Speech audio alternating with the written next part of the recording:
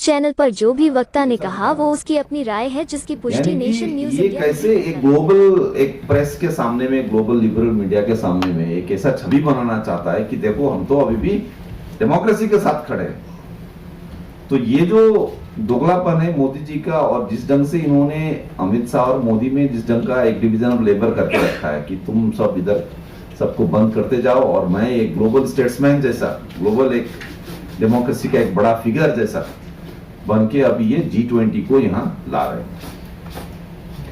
तो ये जो इनका जो इस ढंग से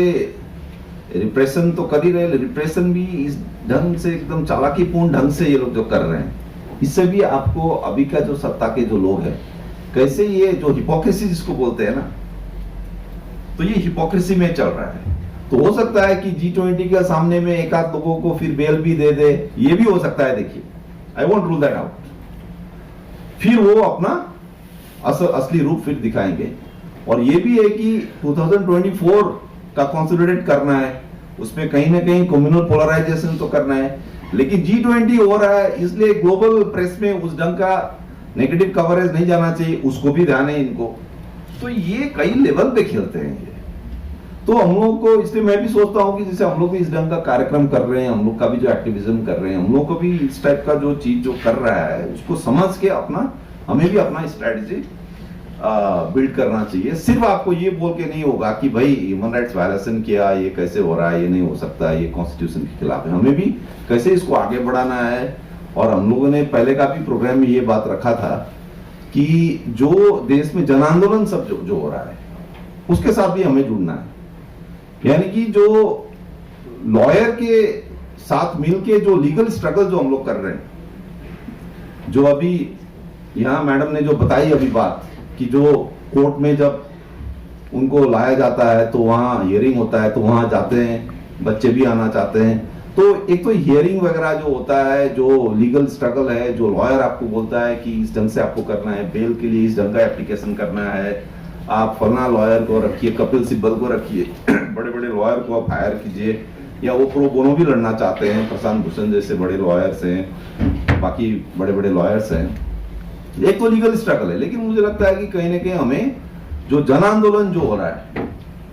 उसके साथ भी हमें रहना है कि चूंकि इन सब लोगों को इसलिए भी अरेस्ट किया गया बहुत सारे केसेस में, चूंकि ये जन आंदोलन के साथ जुड़े हुए हैं और ये जन आंदोलन का डर है इनको।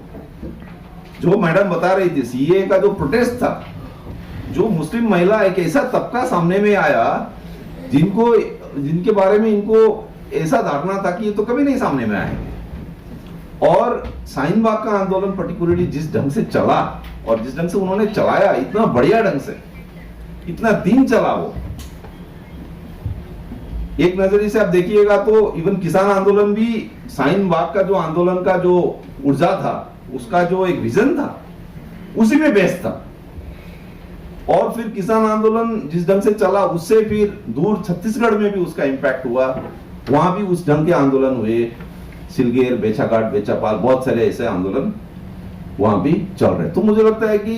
कैसे लीगल स्ट्रगल जो हो रहा है, जो, और कई बार फैमिलीज अकेले पड़ जाते हैं इसमें, जिसने भी जो भी अभी अंदर हैं यूएपीए में, उनका फैमिलीज का साथ क्या गुजर रहा है। हम सॉलिडारिटी मीटिंग तो करते हैं, कोविड के टाइम में मुझे याद है जूम मीटिंग में मैं जेनी को देखता था, कभी कभी सिर्फ जूम मीटिंग्स में था। अभी तो मिल भी रहे हैं, अच्छी बात है, ऐसा एक प्रोग्राम हो रहा है, जंतर मंतर में भी करते हैं, लेकिन फिर भी मुझे लगता है कि फैमिलीज अकेले पड़ जाते हैं इसमें भी।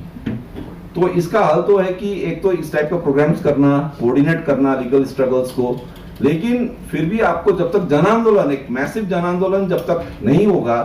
तब तक आप उसको purely at the level of legal struggles आप इसका सॉल्यूशन नहीं कर सकते हैं। ये मेरा एक मानना है।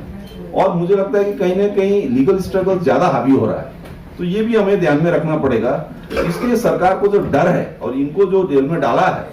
वो जो ये लोग जो जनता के साथ जुड़े हुए हैं, इसको लेके इनको डर है। और वो लोग जेल में, लेकिन हम लोग तो बाहर है, तो हम लोग इसको कैसे आगे ले जा सकते हैं। इसलिए ये जो एक पूरा जितने भी लोगों का यहाँ आप देख रहे हैं,